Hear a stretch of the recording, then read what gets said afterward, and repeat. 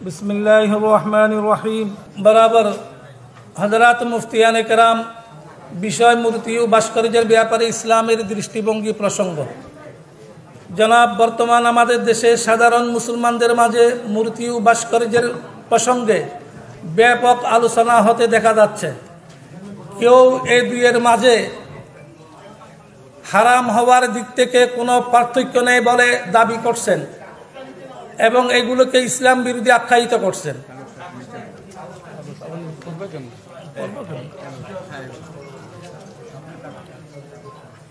আবার কিছু লোক এই দুটির মাঝে পার্থক্য তুলে ধরে বিধানগত ব্যবধান ব্যাখ্যা করছেন। মোট কথা, বিষয়টি নিয়ে কারো কারো মনে এক প্রকার সংশয় সন্দেহ দানা বেঁধেছে। এখন পরিস্থিতিতে সার্বিক বিষয়টি জনসম্মুখে প্রকাশ করার হলে মুসলমানদের ঈমান আকীদার হেফাজত হবে। তাই এ বিষয়ে নিম্নে প্রশ্নগুলোর কোরআন সুন্নাহ ভিত্তিক উত্তর কামনা করছি। প্রশ্ন নম্বর 1, মানুষ বা অন্য যে কোনো প্রাণীর ভাস্কর্য ও মূর্তি নির্মাণ, স্থাপন ও সংরক্ষণে ইসলামের বিধান কি এবং প্রাণীর ভাস্কর্য ও মূর্তির মাঝে শরঈ বিধানের দিক দিয়ে কোনো পার্থক্য আছে কিনা। প্রশ্ন নম্বর 2, আমাদের দেশের কিছু কিছু লোক ভাস্কর্যের বৈধতার পক্ষে নিম্নোক্ত প্রমাণাদি উপস্থাপন করে থাকে। তাদের এই দাবি সঠিক কিনা। ক, সূরা সাবার 13 নম্বর আয়াতে বর্ণিত হযরত সুলাইমান আলাইহিস সালাতু ওয়াস সালামের ঘটনা। খ, হাদিস শরীফে বর্ণিত হযরত আয়েশা রাদিয়াল্লাহু তাআলা আনহার খেলনা পুতুলের ঘটনা, বুখারী, আবু দাউদ শরীফ। গ, সিরাতে ইবনে ইসহাকের বরাতে কাবা শরীফে মেরির ছবি অক্ষত রাখার ঘটনা। প্রশ্নকারী নিবেদক মাওলানা মুর্শিদুল আলম, প্রিন্সিপাল হাজি ইউনুস কওমি মাদ্রাসা, মুরাদপুর, কদমতলী, ঢাকা। হাফেজ মাওলানা হারুনুর রশিদ, প্রিন্সিপাল মাদ্রাসাতু সুফা আল আরবিয়া, মীর হাজিরবাগ, যাত্রাবাড়ি, ঢাকা। মুফতি রুহুল আমিন, প্রিন্সিপাল মাদ্রাসাতু সালমান, ঢাকা, যাত্রাবাড়ি। মুফতি শফিক সাদি, প্রিন্সিপাল দারুল হিকমা আল ইসলামিয়া, দুলাইপাড়, শ্যামপুর। হাফেজ মাওলানা আনোয়ার হামিদি, খতিব বাইতুন নূর কোম্পানি, বাড়ি মসজিদ, মীর হাজিরবাগ, যাত্রাবাড়ি, ঢাকা। এটা হচ্ছে প্রশ্ন। এখন প্রশ্নের উত্তর। আল জওয়াব বি ইসমি মুলহিমিস সিদকি ওয়াস সওয়াব। 1 নম্বর প্রশ্নের উত্তর, কোরআন হাদিসের আলোকে মানুষ ও অন্য যে কোনো প্রাণীর ভাস্কর্য, মূর্তি নির্মাণ, স্থাপন, সংরক্ষণ পূজার উদ্দেশ্যে না হলেও সন্দেহাতীতভাবে নাজায়েজ ও স্পষ্ট হারাম এবং কঠোরতর অপরাধ, আযাবযোগ্য গুনাহ। আর যদি পূজার উদ্দেশ্যে হয় তাহলে তা স্পষ্ট শিরিক। প্রাণীর ভাস্কর্য ও পূজার মূর্তির মাঝে শরীয়তের দৃষ্টিকোণে হারাম ও নিষিদ্ধ হওয়ার দিক দিয়ে কোনো পার্থক্য নেই। এ সম্পর্কে কিছু দলিল প্রমাণ আপনাদের সামনে উপস্থাপন করা হচ্ছে। এ ব্যাপারে পবিত্র কোরআনে কারিমে ইরশাদ হয়েছে, সূরা হজ আয়াত নম্বর 30, তোমরা পরিহার করো অপবিত্র বস্তু অর্থাৎ মূর্তিসমূহ এবং পরিহার করো মিথ্যা খতম। এই আয়াতে পরিষ্কারভাবে সব ধরনের মূর্তি পরিত্যাগ করার এবং মূর্তি কেন্দ্রিক সকল কর্মকাণ্ড বর্জন করার আদেশ দেওয়া হয়েছে। দ্বিতীয় আয়াত সূরা নূহ আয়াত নম্বর 23, এবং তারা বলেছিল, তোমরা কখনো পরিত্যাগ করো না তোমাদের উপাস্যদেরকে এবং কখনো পরিত্যাগ করো না ওয়াত, সুয়া, ইয়াগুস, ইয়াউক, নাসরকে। উপরে আয়াতে উল্লিখিত নামগুলো সম্পর্কে বিশিষ্ট সাহাবী হযরত আব্দুল্লাহ বিন আব্বাস রাদিয়াল্লাহু আনহুমা বলেন, এগুলো নূহ আলাইহিস সালাতু ওয়াস সালামের সম্প্রদায়ের কতিপয় নেক লোকের নাম ছিল। তারা মারা গেলে শয়তান তাদের কওমের লোকদের অন্তরে এই কথা ঢেলে দিল যে তারা যেখানে বসে মজলিস করত সেখানে তোমরা কতিপয় ভাস্কর্য স্থাপন করো এবং ওই সমস্ত পুণ্যবান লোকের নামে এগুলোর নামকরণ করো। কাজেই তারাই তাই করলো, কিন্তু তখনও ওইসব ভাস্কর্যের পূজা করা হতো না। তবে ভাস্কর্য স্থাপনকারী লোকগুলো মারা গেলে এবং ভাস্কর্যগুলোর ব্যাপারে সত্যিকারের জ্ঞান বিলুপ্ত হলে লোকজন তাদের পূজা আরম্ভ করে দেয়। সহিহ বুখারী শরীফ হাদিস নম্বর 4920। উপরে উল্লিখিত আয়াতে কাফের সম্প্রদায়ের দুইটি বৈশিষ্ট্য উল্লেখ করা হয়েছে। এক, মিথ্যা উপাস্যদের পরিত্যাগ না করা। নম্বর 2, মূর্তি ও ভাস্কর্য পরিহার না করা। তাহলে মিথ্যা উপাস্যদের উপাসনার মতো ভাস্কর্য প্রীতিও কোরআন মজিদে কাফেরদের বৈশিষ্ট্য হিসেবে চিহ্নিত। অতএব এটা যে ইসলামে গর্হিত ও পরিত্যাজ্য তা তো বলাই বাহুল্য। হাদিস শরীফেও নবী করিম সাল্লাল্লাহু আলাইহি ওয়াসাল্লাম প্রাণীর ভাস্কর্য সম্পর্কে পরিষ্কার বিধান দান করেছেন। হাদিস নম্বর 1, আমি শুধু অনুবাদ করছি। হাদিস নম্বর 1, সহিহ বুখারী শরীফ হাদিস নম্বর 5950, মুসলিম রহমতুল্লাহ আলাইহি থেকে বর্ণিত। তিনি বলেন, আমরা একবার মাসরুকের সাথে ইয়াসির ইবনে নুমাইরের ঘরে ছিলাম। মাসরুক ইয়াসিরের ঘরের আঙ্গিনায় কতগুলো ভাস্কর্য দেখতে পেয়ে বললেন, আমি আব্দুল্লাহ বিন মাসউদ রাদিয়াল্লাহু আনহু থেকে শুনেছি। তিনি বলেন, আমি নবী করিম সাল্লাল্লাহু আলাইহি ওয়াসাল্লাম থেকে শুনেছি। তিনি বলেন, নিশ্চয় কিয়ামত দিবসে প্রতিকৃতি তৈরিকারী অর্থাৎ ভাস্কর চিত্রকর সবচেয়ে কঠিন শাস্তি প্রাপ্ত হবে। হাদিস নম্বর 2, সহিহ বুখারী শরীফ হাদিস নম্বর 5953। ওই লোকের চেয়ে বড় জালেম আর কে, যে আমার সৃষ্টির মতো সৃষ্টি করার ইচ্ছে করে। তাদের যদি সামর্থ্য থাকে তবে তারা সৃজন করুক একটি শস্যকণা কিংবা একটি অণু। হাদিস নম্বর 3, সহিহ বুখারী 7557, 7558। হযরত আব্দুল্লাহ বিন উমর রাদিয়াল্লাহু তাআলা আনহুমা থেকে বর্ণিত, নবী করিম সাল্লাল্লাহু আলাইহি ওয়াসাল্লাম ইরশাদ করেন, নিশ্চয় যারা এই সকল প্রতিকৃতি নির্মাণ করে তাদেরকে কিয়ামত দিবসে আযাবে নিক্ষেপ করা হবে এবং তাদেরকে সম্বোধন করে বলা হবে, যা তোমরা সৃষ্টি করেছিলে তাতে প্রাণ সঞ্চার করো। হাদিস নম্বর 4, সহিহ বুখারী শরীফ 5963। আব্দুল্লাহ বিন আব্বাস রাদিয়াল্লাহু আনহুমা বলেন, আমি মুহাম্মদ সাল্লাল্লাহু আলাইহি ওয়াসাল্লামকে বলতে শুনেছি, যে কেউ দুনিয়াতে কোনো প্রতিকৃতি তৈরি করে কিয়ামত দিবসে তাকে আদেশ করা হবে সে যেন তাতে প্রাণ সঞ্চার করে, অথচ সে তা করতে সক্ষম হবে না। এ সকল হাদিস থেকে প্রমাণিত হয় যে প্রাণীর ভাস্কর্য নির্মাণ অত্যন্ত কঠিন কবিরা গুনাহ। হাদিস নম্বর 5, সহিহ মুসলিম শরীফ 8832।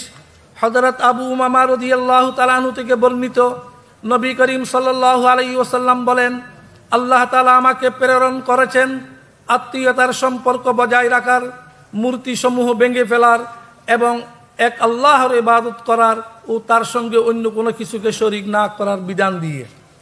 হাদিস নম্বর 6, সহিহ মুসলিম শরীফ 969 নম্বর। আবুল হাইয়াজ আসাদি বলেন, আলী বিন আবি তালিব রাদিয়াল্লাহু আনহু আমাকে বললেন, আমি কি তোমাকে ওই কাজের দায়িত্ব দিয়ে প্রেরণ করব না যে কাজের জন্য নবী সাল্লাল্লাহু আলাইহি ওয়াসাল্লাম আমাকে প্রেরণ করেছিলেন?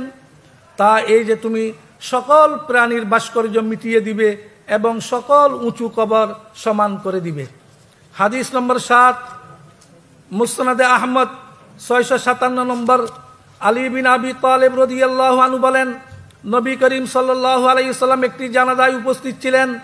তখন তিনি বললেন, তোমাদের মধ্যে কে আছে যে মদিনায় যাবে এবং সেখানে কোনো মূর্তি পাবে তা ভেঙে ফেলবে, যেখানে কোনো উঁচু কবর পাবে তা সমান করে দিবে এবং যেখানে কোনো ছবি পাবে তা মুছে দিবে। আলী রাদিয়াল্লাহু তাআলা এই দায়িত্ব পালন করলেন। এরপর নবী করিম সাল্লাল্লাহু আলাইহি ওয়াসাল্লাম বলেছেন, যে কেউ পুনরায় উপরোক্ত কোনো কিছু তৈরি করতে প্রবৃত্ত হবে সে মুহাম্মদ সাল্লাল্লাহু আলাইহি ওয়াসাল্লামের প্রতি অবতীর্ণ শরীয়তকে অস্বীকার করল। এই সকল হাদিস থেকে স্পষ্ট জানা যাচ্ছে যে যে কোনো মূর্তি ও প্রাণীর ভাস্কর্য ইসলামে পরিত্যাজ্য এবং তা নিচ্ছিন্ন করাই হলো ইসলামের বিধান, আর এগুলো নির্মাণ করা ইসলামী শরীয়তকে অস্বীকারী সম্প্রদায়ের বৈশিষ্ট্য। হাদিস নম্বর 8, সহিহ বুখারী 1341, সহিহ মুসলিম 528, নাসাই শরীফ 704।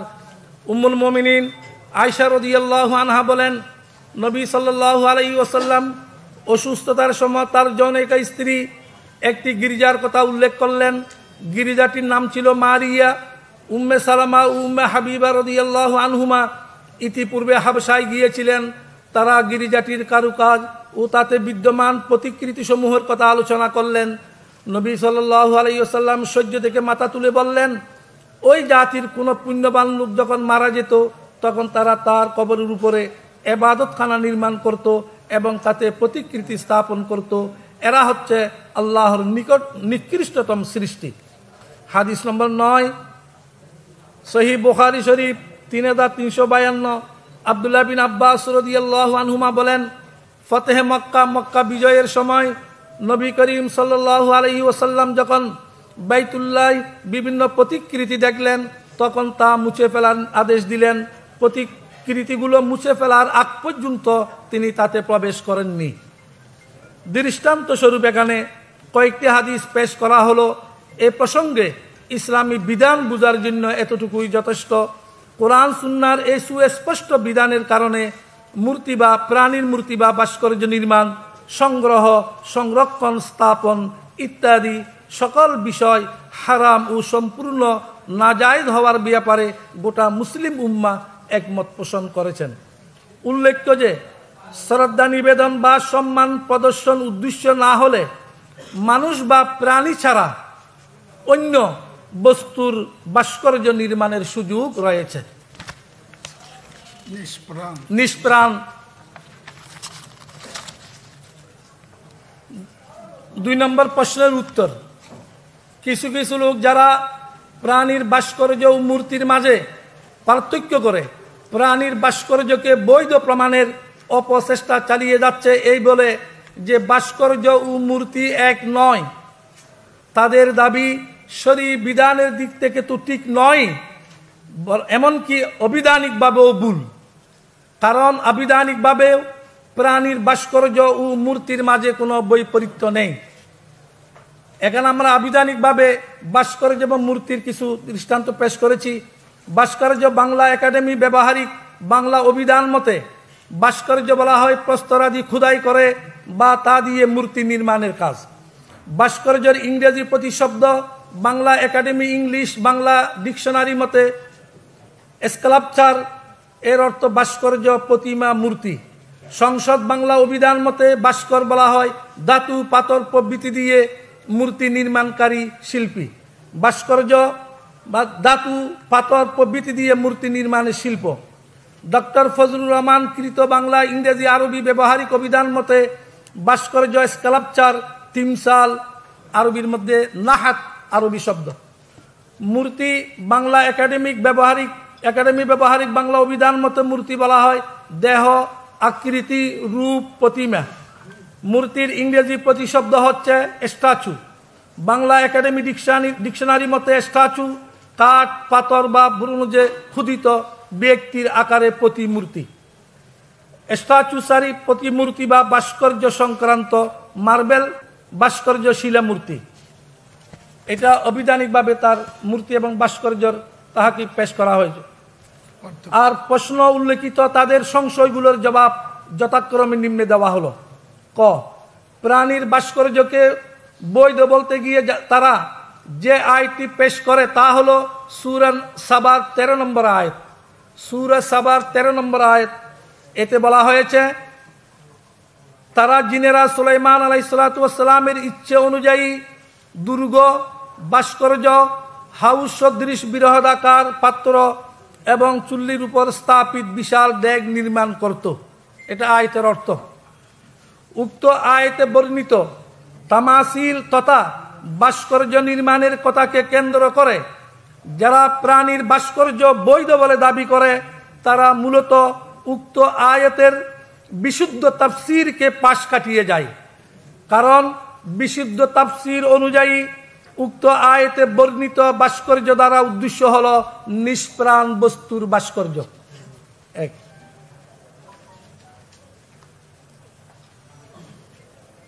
তবে অনেকে এটাকে প্রাণীর ভাস্কর্য বলে দাবি করেছেন, কিন্তু তারা এই কথাও স্পষ্ট করেছেন যে সুলাইমান আলাইহিস সালাতু ওয়াস সালামের যুগে তার বৈধতা থাকলেও পরবর্তীতে শেষ নবী মুহাম্মদুর রাসূলুল্লাহ সাল্লাল্লাহু আলাইহি ইসলামের শরীয়তে বিশুদ্ধ হাদিসে প্রাণীর ভাস্কর্যকে কঠোরভাবে নিষেধ করা হয়েছে।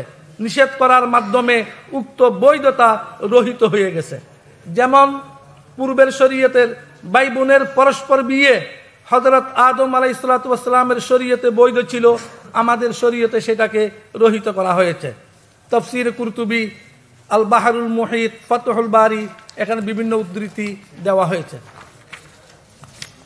দ্বিতীয় সংশয় খ, প্রাণীর ভাস্কর্যের বৈধতার পক্ষে গুরুত্বের সাথে যে হাদিসটি দলিল হিসেবে উল্লেখ করা হয়ে থাকে তা হলো হযরত আয়েশা রাদিয়াল্লাহু তাআলা আনহার খেলনা পুতুলের ঘটনা।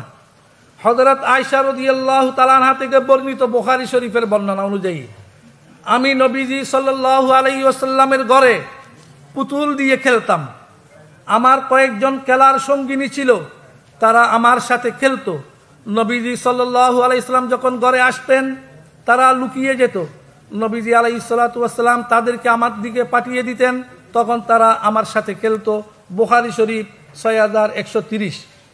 উক্ত হাদিস দ্বারা ভাস্কর্যের বৈধতা প্রমাণের চেষ্টা একেবারে অপ্রাসঙ্গিক, কারণ হযরত আয়েশা রাদিয়াল্লাহু আনহার এই খেলনা ছিল কাপড়ের টুকরা বা কাগজ দ্বারা তৈরি অসম্পূর্ণ আকৃতি বিশিষ্ট পুতুল, যা দিয়ে তিনি শৈশবে খেলতেন বলে উক্ত হাদিস দ্বারা প্রমাণিত। কাজেই শিশুর খেলনা পুতুল দিয়ে ভাস্কর্যের বৈধতা প্রমাণ হিসেবে পেশ করা নিতান্তই অবান্তর। কেননা হযরত আয়েশা রাদিয়াল্লাহু তাআলা আনহার উল্লিখিত হাদিসটি হলো খেলনার বিষয়ে, আর প্রাণীর প্রতিকৃতি বা ভাস্কর্য নিষিদ্ধ হওয়ার ব্যাপারে স্বয়ং হযরত আয়েশা রাদিয়াল্লাহু আনহা থেকে বর্ণিত যে রাসূলুল্লাহ সাল্লাল্লাহু আলাইহি সাল্লাম এক সফর থেকে ফিরলেন। আমি দরজায় একটি জালর বিশিষ্ট পর্দা ঝুলিয়েছিলাম, যাতে পাকাওয়ালা গোড়ার প্রতিকৃতি ছিল। তিনি তা খুলে ফেলার নির্দেশ দিলেন, আমি তা খুলে ফেললাম। সহিহ মুসলিম শরীফ 2107। গ, ভাস্কর্যের পক্ষে আরেকটি দলিল এভাবে বলা হয় যে আলফ্রেড বিউম কৃত সিরাতে ইবনে হিশামের ইংরেজি অনুবাদে উল্লেখ আছে যে আমাদের মহানবী সাল্লাল্লাহু আলাইহি ওয়াসাল্লাম কাবা শরীফের 360টি মূর্তি অপসারণের নির্দেশ দিলেও সেখানে মাঝখানের স্তম্ভ মেরির একটি ছবি দেখে তাতে হাত রেখে নবী আলাইহিস সালাম বললেন, এই ছবিটি তোমরা নষ্ট করো না। অক্সফোর্ড ইউনিভার্সিটিতে প্রকাশিত বইটির অনুবাদ করেছেন আলফ্রেড গিউম, পৃষ্ঠা নম্বর 552। এটি একটি অসত্য বর্ণনা, কেননা নবীজি সাল্লাল্লাহু আলাইহি সাল্লামের পবিত্র সিরাত যাদের অধ্যয়নে এসেছে এবং প্রাণীর প্রতিকৃতি ভাস্কর্য তৈরি ও তার বিধানের ব্যাপারে যারা অবগত আছেন, তারা এই মিথ্যাচার সহজেই উপলব্ধি করতে সক্ষম। কেননা বিশুদ্ধ হাদিস সমূহের দ্বারা কাবা শরীফের সকল মূর্তি অপসারণ ও প্রতিকৃতি মুছে ফেলার কঠোর নির্দেশ হাদিস শরীফে প্রমাণিত রয়েছে। যেমন আব্দুল্লাহ বিন আব্বাস বলেন, মক্কা বিজয়ের সময় নবী করিম সাল্লাল্লাহু আলাইহি সাল্লাম যখন বাইতুল্লাহ শরীফে বিভিন্ন প্রতিকৃতি দেখলেন, তখন তা মুছে ফেলার নির্দেশ দিলেন। প্রতিকৃতিগুলো মুছে ফেলার আগ পর্যন্ত তিনি তাতে প্রবেশ করেননি। সহিহ বুখারী। আব্দুল্লাহ বিন মাসউদ বলেন, মক্কা বিজয়ের দিন যখন নবী সাল্লাল্লাহু আলাইহি সাল্লাম মক্কা নগরীতে প্রবেশ করলেন, তখন বাইতুল্লাহর আশেপাশে 360টি মূর্তি বিদ্যমান ছিল।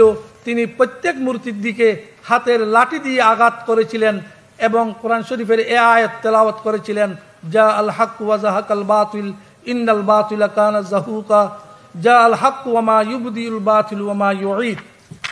সত্য এসেছে, মিথ্যা বিলুপ্ত হয়েছে। নিশ্চয় মিথ্যা বিলুপ্ত হওয়ারই ছিল। সত্য আগমন করেছে, আর মিথ্যা না পারে কোনো কিছু সূচনা করতে, না পারে পুনরাবৃত্তি করতে। সহিহ বুখারী, সহিহ মুসলিম শরীফ। আব্দুল্লাহ বিন আব্বাস এর বর্ণনায় এসেছে যে লাঠির শুধু ইঙ্গিতের দ্বারা মূর্তিগুলো ধরাশায়ী হচ্ছিল। সিরাতে ইবনে হিশাম। উপসংহার: মানুষ বা অন্য যে কোনো প্রাণীর ভাস্কর্য আর মূর্তির মাঝে শরীয়ত কর্তৃক নিষিদ্ধ হওয়ার ব্যাপারে কোনো পার্থক্য নেই। পূজার উদ্দেশ্যে না হলেও তা সন্দেহাতীতভাবে নাজায়েজ ও স্পষ্ট হারাম এবং কঠোরতর আযাবযোগ্য গুনাহ অপরাধ।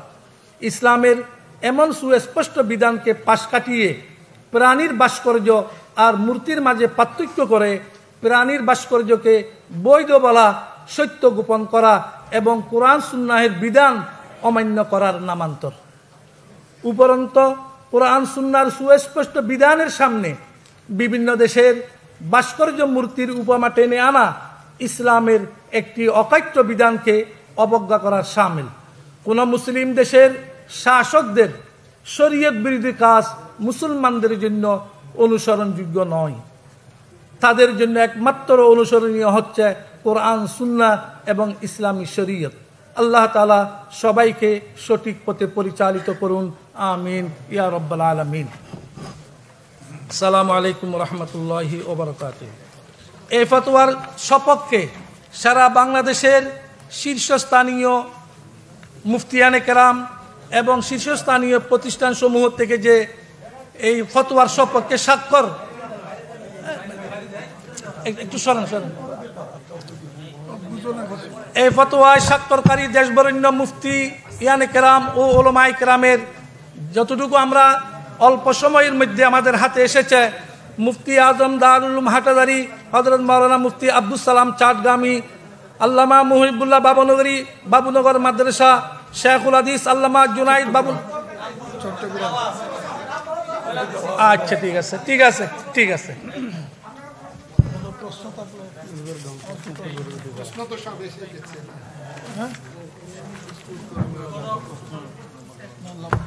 প্রিয় সাংবাদিক ভাইরা, আমাদের 5 জন মুফতি, বিজ্ঞ মুফতি যারা ফতোয়া রেডি করেছিলেন কোরআন হাদিসের আলোকে, ওনাদের মধ্য থেকে অন্যতম হযরত মাওলানা এনামুল হক সাহেব, উনি আপনাদের সামনে ফতোয়া পড়ে সকলের সামনে উপস্থাপন করেছেন। এখন আপনাদের এই বিষয়ে কোনো প্রশ্ন থাকলে প্রশ্ন করতে পারেন। আমাদের হযরত মাওলানা নুরুল ইসলাম সাহেব, এবং ফতোয়া বিষয়ে কোনো প্রশ্ন হলে হযরত মাওলানা এনামুল হক সাহেব তা আপনাদের জবাব দেবেন।